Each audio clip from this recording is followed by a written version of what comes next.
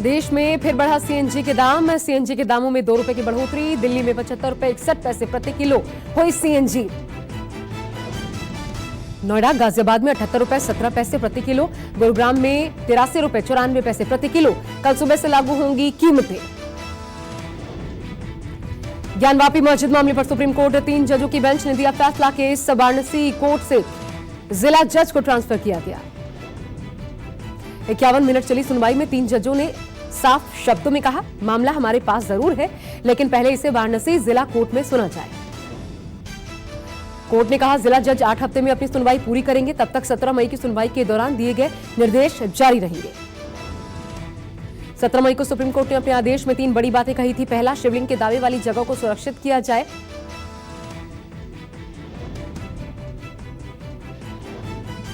दूसरा निर्देश था, मुस्लिमों को नमाज पढ़ने से न रोका जाए।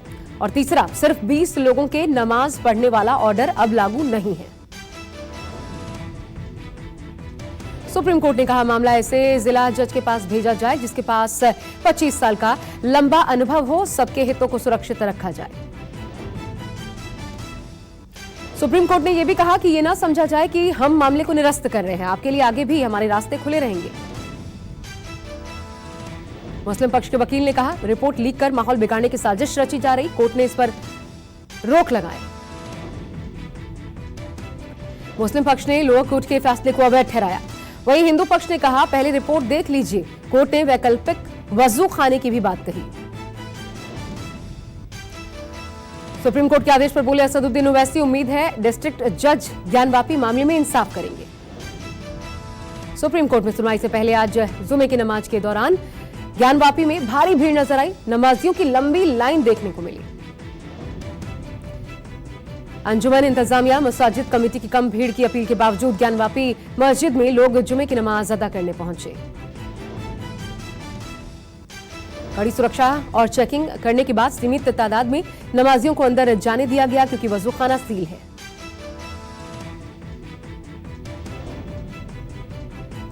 चौंतीस साल पहले के रोड रेज मामले में सिद्धू जेल गए। पटियाला कोर्ट में सरेंडर किया। मेडिकल चेकअप के बाद जेल भेजे गए। नवजोत सिंह सिद्धू सरेंडर से राहत की अर्जी पर तुरंत सुनवाई से चीफ जस्टिस ने इनकार कर दिया था, जिसके बाद जेल जाना पड़ा।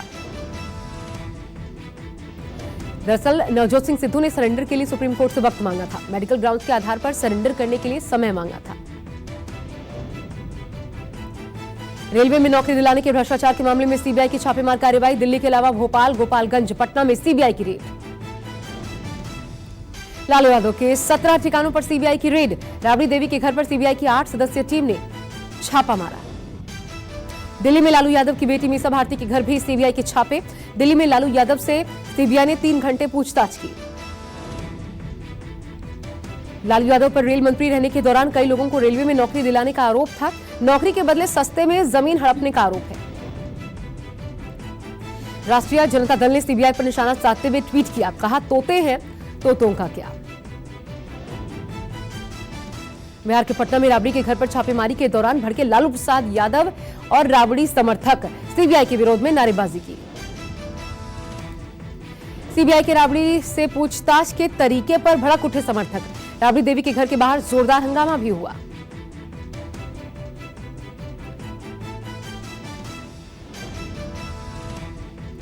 आरजेडी नेता और विधायक आलोक मेहता ने कहा, एक मजबूत आवाज को दबाने की कोशिश हो रही है। सीबीआई की कार्रवाई पूरी तरह से पक्षपाती। देश में इससे बहुत ज़्यादा गंभीर समस्याएं हैं और बहुत गंभीर अपराध हुए, वहाँ पर उनका कंसंट्रेशन नहीं है। फाइल जल रहा कहीं और, मतलब सब कुछ हो रहा है, लेकिन उस पर कहीं कुछ नहीं हो रहा है। और हो क्या रहा है, तो अपने राजनीतिक विरोधियों को, जिनकी मजबूत आवाज़ है, उनकी आवाज़। पूर्व मुख्यमंत्री राबड़ी देवी के भाई प्रभुनाथ यादव ने केंद्र सरकार पर निशाना साधा। कहा, केंद्र सरकार जानबूझकर राबड़ी देवी के परिवार को तंग कर रही है। पूर्व मुख्यमंत्री जीतनराम मांझी ने तेजस्वी यादव पर तंज कसते हुए ट्वीट किया। कहा, वर्तमान में तेजस्वी यादव लंदन यात्रा पर है। लालू के ठिकानों पर सीबीआई रेड को लेकर बीजेपी प्रवक्ता अरविंद सिंह का बयान। कहा, कानून अपना काम कर रहा है।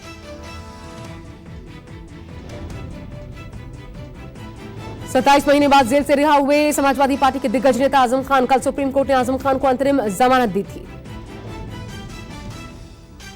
सीतापुर जेल में आजम खान को रिसीव करने पहुंचे शिवपाल यादव। शिवपाल यादव के साथ आजम खान के बेटे अब्दुल्ला और अदीब भी मौजूद थे। सीतापुर में जेल के बाहर पहुंचे शिवपाल यादव ने कहा, यह आजम खान की जीत है, न्याय की जीत है, नेताजी से सीखा है सुख दुख में साथ रहना। आजम खान की रिहाई को लेकर अखिलेश यादव ने ट्वीट किया, कहा झूठ के लम्हे होते हैं, सदियां नहीं। अखिलेश यादव ने ट्वीट करके रिहाई का स्वागत किया। ट्वीट में कहा, पूरा एतबार है, आजम खान बाकी झूठे मामलों में बाइज्जत बरी होंगे। रिहाई के बाद आजम खान का अखिलेश पर तंज, कहा मेरी तबाही में मेरे अपनों का हाथ। आजम ने कहा, मेरी दुआ उन्हें सद्बुद्धि मिले। इस वक्त मेरे लिए बीजेपी, बहुजन समाज पार्टी या कांग्रेस इसलिए बहुत बड़ा सवाल नहीं है क्योंकि यह मेरे परिवार पर, मेरे लोगों पर हजारों की तादाद में जो मुकदमे दायर किए हैं उनमें बस मैं ये कह सकता हूं कि मेरी तबाहियों में मेरा अपना हाथ है। मेरे अपने लोगों का बड़ा कंट्रीब्यूशन है और बस मालिक से दुआ है कि उन्हें सद्बुद्धि आए। समर्थकों से गले मिलते वक्त आजम खान भावुक हो गए। आजम खान की आंखें भर आईं, समर्थन के लिए शुक्रिया कहा। सीतापुर जेल से बाहर निकलकर आजम खान पूर्व विधायक अनूप गुप्ता के घर पहुंचे। समर्थकों ने आजम खान को गले लगाया। लद्दाख में पेंगोंग लेक पर चीन के पुल बनाए जाने की खबरों को राहुल गांधी ने पीएम मोदी पर इसको लेकर निशाना साधा। राहुल गांधी ने कहा, चीन लगातार निर्माण कर रहा है और सरकार का जवाब है कि वो हालात पर नजर बनाए हुए है। उदयपुर में कांग्रेस के चिंतन शिविर पर प्रशांत किशोर ने ट्वीट करके निशाना साधा। कहा, कांग्रेस को चिंतन शिविर से कुछ भी सार्थक हासिल नहीं हुआ। प्रशांत किशोर बोले, चिंतन शिविर सिर्फ कांग्रेस नेतृत्व को समय देने के अलावा कुछ नहीं, यथास्थिति को लंबा खींचने की कोशिश है। कांग्रेस के चिंतन शिविर पर केंद्रीय मंत्री गजेंद्र सिंह शेखावत का तंज। कहा, चिंतन शिविर का नतीजा है कि 3 लोगों का इस्तीफा आ गया। केंद्रीय मंत्री बोले, चिंतन शिविर के बाद एक प्रदेश अध्यक्ष ने इस्तीफा दिया, एक विधायक ने इस्तीफा दे दिया, एक कांग्रेस सांसद ने भी इस्तीफा दे दिया। पंजाब सरकार का बड़ा फैसला, भगवंत मान ने मोहल्ला क्लिनिक की शुरुआत करने की बात कही। देश के 75वें स्वतंत्रता दिवस पर मोहल्ला क्लिनिक की शुरुआत होगी। 75 मोहल्ला क्लिनिक्स पहले चरण में शुरू किए जाएंगे। यूपी के डिप्टी सीएम ब्रजेश पाठक की बड़ी कार्रवाई, मेडिकल सप्लाई कॉर्पोरेशन के गोदाम पर मारा छापा। दवाओं के सरकारी गोदाम पर छापा मारा गया। 16 करोड़ 40 लाख की एक्सपायर्ड दवाएं मिली। करोड़ों की दवाएं अस्पतालों तक पहुंची ही नहीं, गोदाम में रखे रखे एक्सपायर्ड हो गई। डिप्टी सीएम ने तत्काल जांच के आदेश दिए। मौके पर वीडियोग्राफी करवा के सारे डॉक्यूमेंट जब्त किए। 3 दिन में जांच रिपोर्ट तलब। डिप्टी सीएम ने स्वास्थ्य विभाग के एक आईएएस को साथ लेकर मारा छापा। ब्रजेश पाठक ने कहा, एक एक पाई की वसूली अफसरों से करवाऊंगा। राजस्थान के जयपुर में बीजेपी पदाधिकारियों की बैठक। पीएम मोदी ने बीजेपी कार्यकर्ताओं को अगले 25 साल के लिए जीत का मंत्र दिया। भारत को उम्मीदों से दुनिया देख रही, पूरी दुनिया को भारत से बहुत आशा है, कहा प्रधानमंत्री नरेंद्र मोदी ने।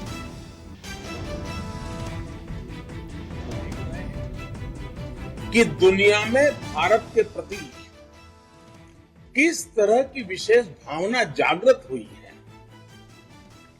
दुनिया आज भारत को बहुत उम्मीदों से देख रही है। पदाधिकारियों की बैठक में पीएम मोदी ने जोश भरा, कहा यही समय है और सही समय है। का समय है, भारत के लिए बहुत अहम समय है। और आपको याद होगा, मैंने लाल किले से कहा था, यही समय है, सही समय है। पदाधिकारियों की बैठक में पीएम मोदी का कांग्रेस पर निशाना। सरकार से अपेक्षा नहीं करते थे लोग, 2014 के बाद सोच बदली। सरकारों से उनको कोई अपेक्षा बची थी? 2014 के बाद भाजपा देश को इस सोच से बाहर निकल करके लाई है। आज निराशा नहीं। प्रधानमंत्री ने कहा, चुनाव के समय हम जैसे हर घर हर बूथ तक पहुंचते हैं, वैसे ही नागरिकों के घर घर तक जाना है। हर घर भाजपा, इसी लगन के साथ काम करना होगा। पीएम मोदी ने कहा, देश में विकासवाद की राजनीति पर हमें हर दिशा में काम करना है। हर दल को विकासवाद की राजनीति पर आगे आने को मजबूर करना है। 130 करोड़ लोगों की आकांक्षाएं इस प्रकार से जग जाती है तो निश्चित रूप से सरकारों की जवाबदेही भी बढ़ती है। उनके लिए काम करना अनिवार्य हो जाता है। भारी विरोध के बीच रामलला के दर्शन अब करने नहीं जाएंगे राज ठाकरे। राज ठाकरे का अयोध्या दौरा रद्द हुआ। 5 जून को राज ठाकरे अयोध्या जाने वाले थे। स्वास्थ्य कारणों से राज ठाकरे ने अपना दौरा रद्द कर दिया है। लोकसभा अध्यक्ष ओम बिरला लखनऊ में ई विधान प्रशिक्षण कार्यक्रम में शामिल हुए। ई विधान प्रणाली का लोकसभा अध्यक्ष ने उद्घाटन किया। विधानसभा अध्यक्ष ने कहा, पेपरलेस प्रणाली के तहत हम सभी कार्य करेंगे। मुख्यमंत्री योगी आदित्यनाथ ने ओम बिरला का स्वागत किया। कार्यक्रम में मौजूद रहे अखिलेश यादव। अखिलेश यादव ने कहा, मेरी और मुख्यमंत्री की ट्रेनिंग अलग करवाइए।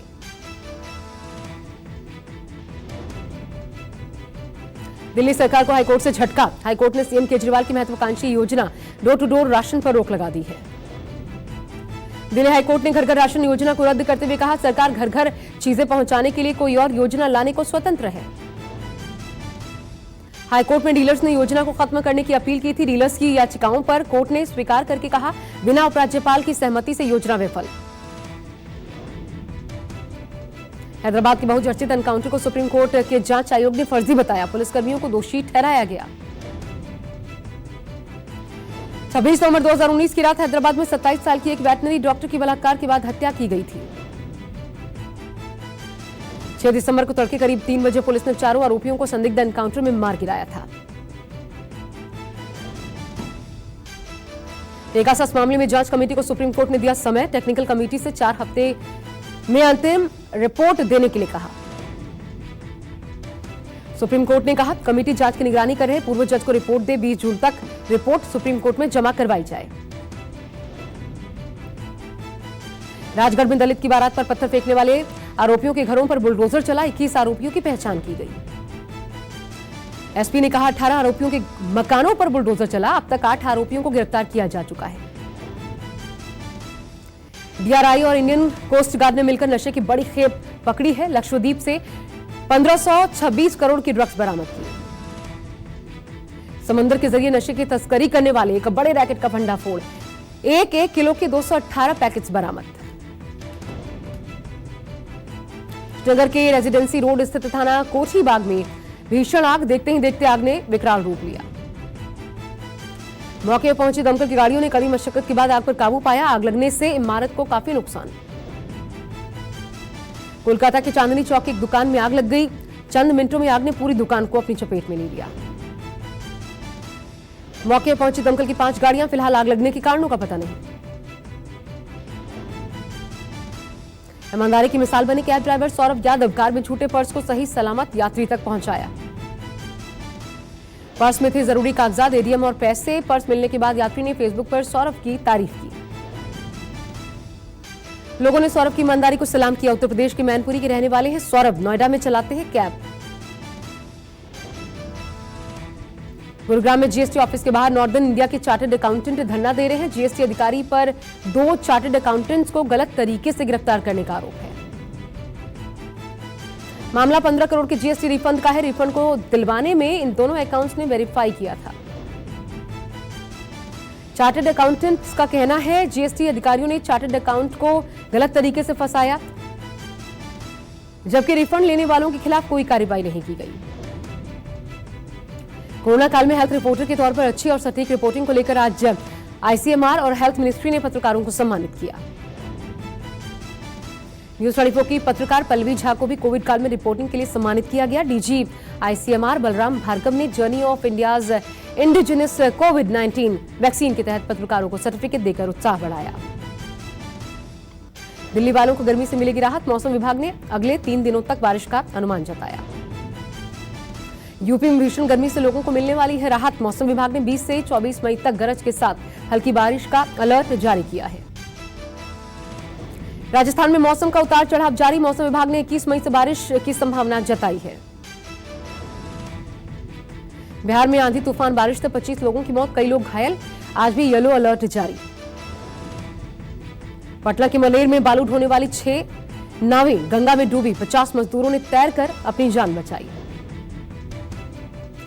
आंधी तूफान बारिश से किसानों की फसल को पहुंचा काफी नुकसान। डिप्टी सीएम तारकिशोर प्रसाद ने मुआवजे का ऐलान किया।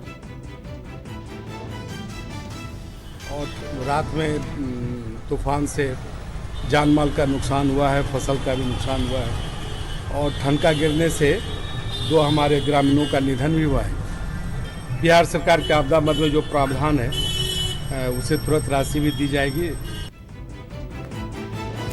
असम में बाढ़ से भारी तबाही। अब तक 9 लोगों की मौत। 24 जिलों के 7 लाख से ज्यादा लोग बाढ़ से प्रभावित। असम के होजाई और काचर बाढ़ से सबसे ज्यादा प्रभावित। राहत अभियान के तहत होजाई में 2000 से ज्यादा लोगों को रेस्क्यू किया गया। बाढ़ग्रस्त एरिया में फंसे लोगों को सेना कर रही है रेस्क्यू। 48,000 से ज्यादा लोगों को 248 राहत शिविरों में किया जा चुका है शिफ्ट। असम के नागांव में बाढ़ से बुरे हालात हैं।